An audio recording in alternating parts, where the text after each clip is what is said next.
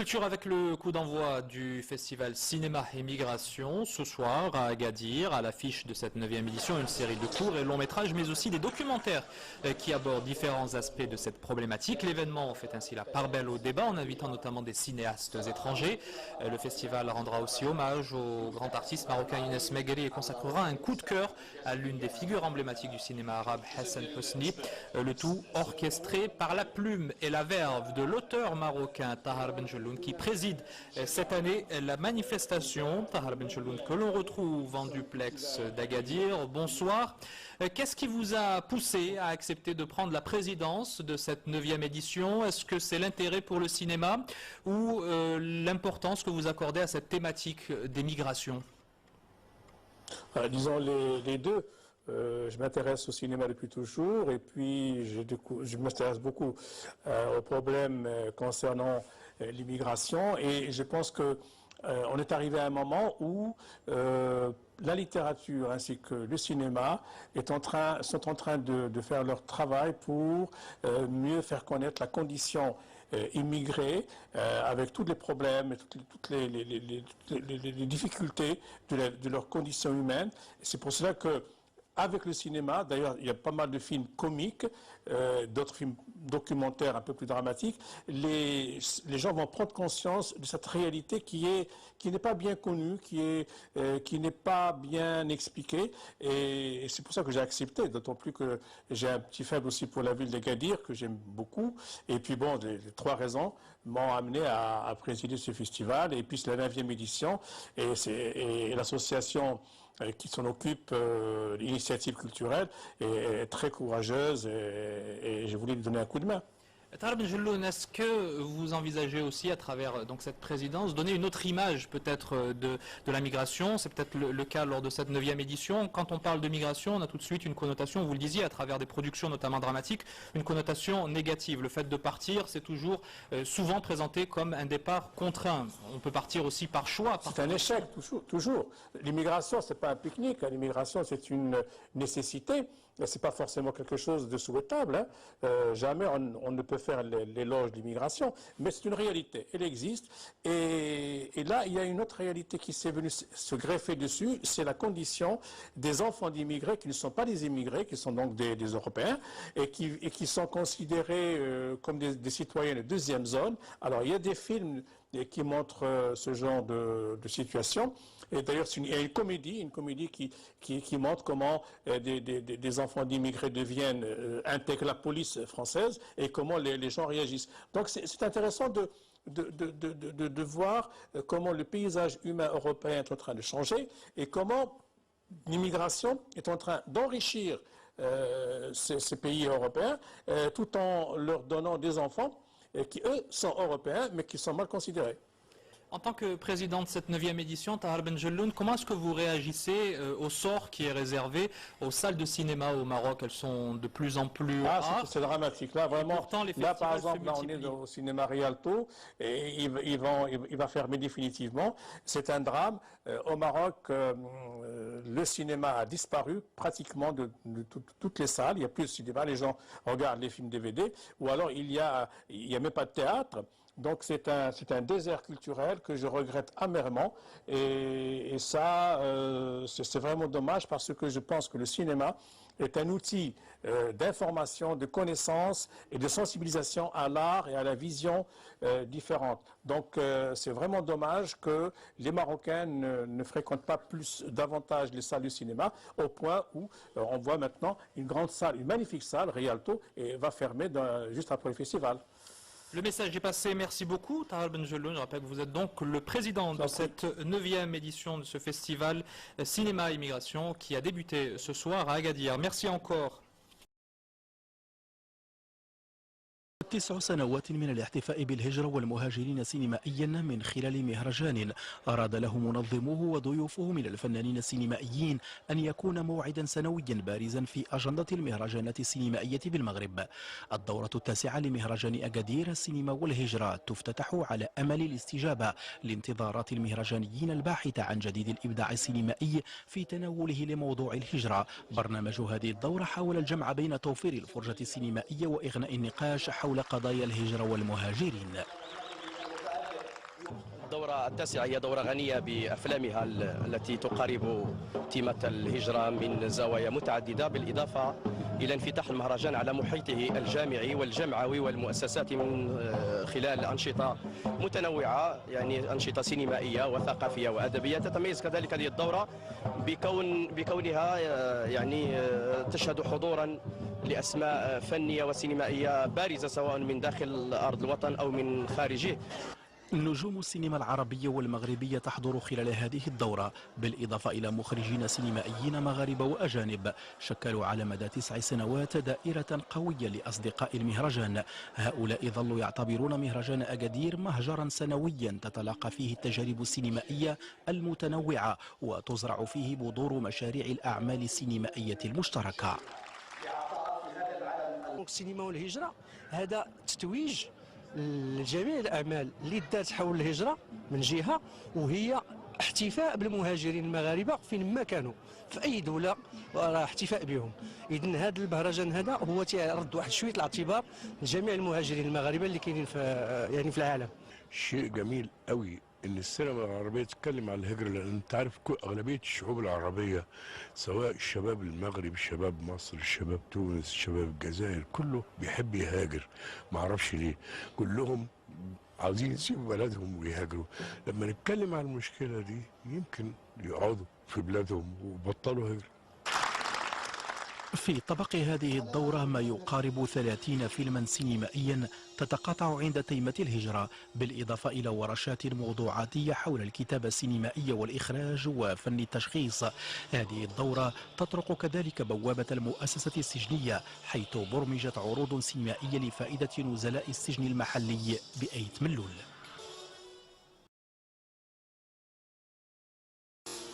الرحيل والعودة رحلة مع الطاهر بن جلون، فيلم وثائقي يوثق فيه الكاتب المغربي بالصورة والكلمة الواقع المنتج لأحلام الهجرة. الفيلم الوثائقي الإيطالي قدمه الطاهر بن جلون إلى طلبة الماستر في شعبة الهجرة والتنمية بكلية الآداب والعلوم الإنسانية في إطار فعالية مهرجان أكادير للسينما والهجرة. ناخذ بعين الاعتبار هذه القضايا كلها حتى تصيف مثلا في الجامعه دراسات يمكن تفسر لنا وتفهم لنا احسن هذا الواقع ديال الهجره، لانه موضوع مهم في التاريخ المعاصر ديال المغرب. بعد عرض الشريط الوثائقي كان اللقاء المفتوح مع الأديب المغربي الذي حاول مناقشة القضايا والإجابة عن التساؤلات التي طرحها الطلبة والمهتمون بقضايا الهجرة، فكان النقاش غنيا حميميا حضر فيه العمق في التحليل والمكاشفة في الطرح. اللقاء ديالنا مع الطاهر بن جلول تمكن لنا يطرح مجموعه من التساؤلات اللي من خلالها كنحاول نبحثوا على هذه لا بروبليماتيك ميغاتوار اللي في الاونه الاخيره بدات كتعرف واحد لومبلور اللي حنا كباحثين كيمثل لنا هذا بحال اون بلاتفورم ديشونج مع السيد بن جلول. بالنسبه لاي طالب لحظه نتاع لقاء مما قرأ ان يناقش ما قرأه مع الكاتب هي كتكون من اسعد لحظات بالنسبه للطالب. ويندرج هذا اللقاء مع طلبة كلية الآداب والعلوم الإنسانية بأكادير في إطار انفتاح مهرجان أكادير للسينما والهجرة على محيطه، فكان أن نظمت ورشات لفائدة الطلبة حول الكتابة السينمائية، التشخيص الدرامي وتقنيات الصورة. يسمحوا لنا اولا باشراك الطلبه والاقتراب من الطلبه، وهذا شيء اساسي، ثم من ان تكون المدينه في قلب الجامعه وان تكون الجامعه مستمعه ومنصته لما يجري في المدينه. اعتقد ان هذا ملمح ايجابي ولاحظتم هذا الحضور وهذا الالتفاف حول هذه التجربه. لقاء الطلبة مع الكاتب المغربي الطاهر بن جلون حول قضايا الهجرة والمهاجرين تميز بالتفاتة جميلة كرم فيها طلبة ماستر شعبة الهجرة والتنمية السيد إدر أرسلة، أحد الأسماء التي برزت في مجال الدفاع عن حقوق المهاجرين منذ انطلاق الأفواج الأولى نحو أرض المهجر بأوروبا. النجم السينمائي المصري حسن حسني على منصة التكريم إلى جانب المبدع في التشخيص السينمائي والعزف الموسيقي يونس ميغري. لحظات تكريم ذكرت بعطاءات الممثل الطائر حسن حسني للسينما العربية وبنجاحات يونس ميغري الصادق في الأداء موسيقيا وسينمائيا. في الحقيقة هو التتويج ديال واحد المسيرة فنية، دونك Ça fait toujours plaisir, ça fait toujours chaud au cœur. التكريم بالنسبة للفنان بيبقى شيء عظيم، بيرفع معنوياته وبيحفزه انه يهتم اكتر باعماله، لان التكريم ده يعني زي ما يكون حد بيبوسك ويقول لك برافو. في فقرة التكريم خصص منظم المهرجان للنجمين المصري والمغربي عرضين مصورين يرسمان بعضا من مسارهما الفني أغنتهما شهادات حية لأصدقاء وزملاء الفنانين حسن حسني ويونس ميغري. يعني جوج الفنانين اللي عطاو الشيء الكثير لبلدانهم، وما هي إلا وقفة احترام وإجلال هذه الهرمين، فتنتمنى لهم الاستمرار إن شاء الله والمزيد من العطاء. وبعد أن صفق المهرجانيون لأجمل لحظات التكريم، كان الموعد مع عرض الفيلم المغربي الألماني حمان زوجته والكسكس لمخرجه فتاح ديوري. والفيلم هو 30 دقيقة من المواقف الكوميدية التي تعكس تمزقات العيش كما يحياها المهاجرون بأرض المهجر. Direction Agadir où se clôture en ce moment même le festival Cinéma et Migration. Plusieurs films étaient en compétition, donc des films de plusieurs pays étaient en compétition lors de cette 9e édition qui se clôture, je vous le disais donc ce soir. Hier, les organisateurs ont rendu hommage à l'artiste égyptien Hassan Hosni et l'artiste marocain Younes Megri. Younes Megri que nous retrouvons en direct à Agadir. Younes Megri, bonsoir. D'abord, quel est votre sentiment après cette consécration hier? Bonsoir Islaine, ça fait toujours plaisir effectivement de se faire honorer c'est une sorte de consécration de toute une carrière.